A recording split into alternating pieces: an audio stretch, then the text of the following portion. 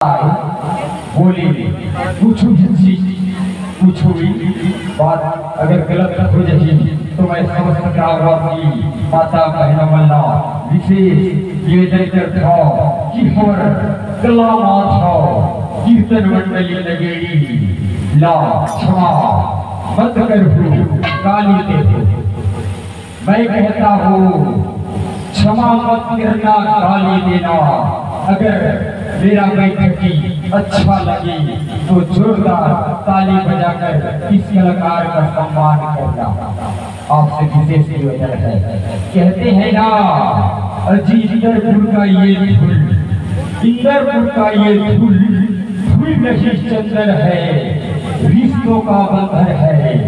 आप सभी दर्शक बंधुओं को कला माधव कीर्तन मंडली नगेड़ी की ओर से हार्दिक अभिनंदन है।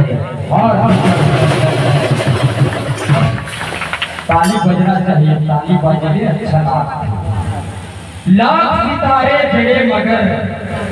सितारे जड़े मगर जूते किसी के सरताज नहीं होता। कलाकार केवल ताली के भूखे रहते हैं, पैसे का मोहताज नहीं होता, पैसे का मोहताज नहीं होता।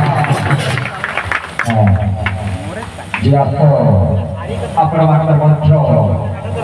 सर्वप्रथम अग्रपूज्य देवता बड़े वंदना साके बैठक आरंभ करना। बोली बड़े देवता की जय। बोलो भाई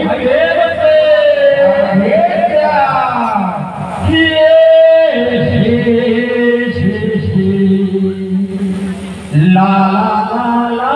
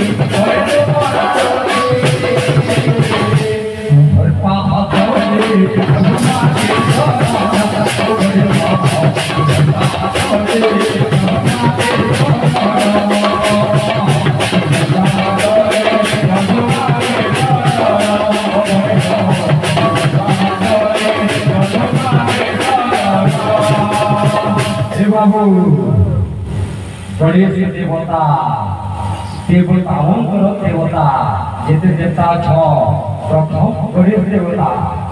अरे देवगुरु आगाड़े बसिछ तुमे हो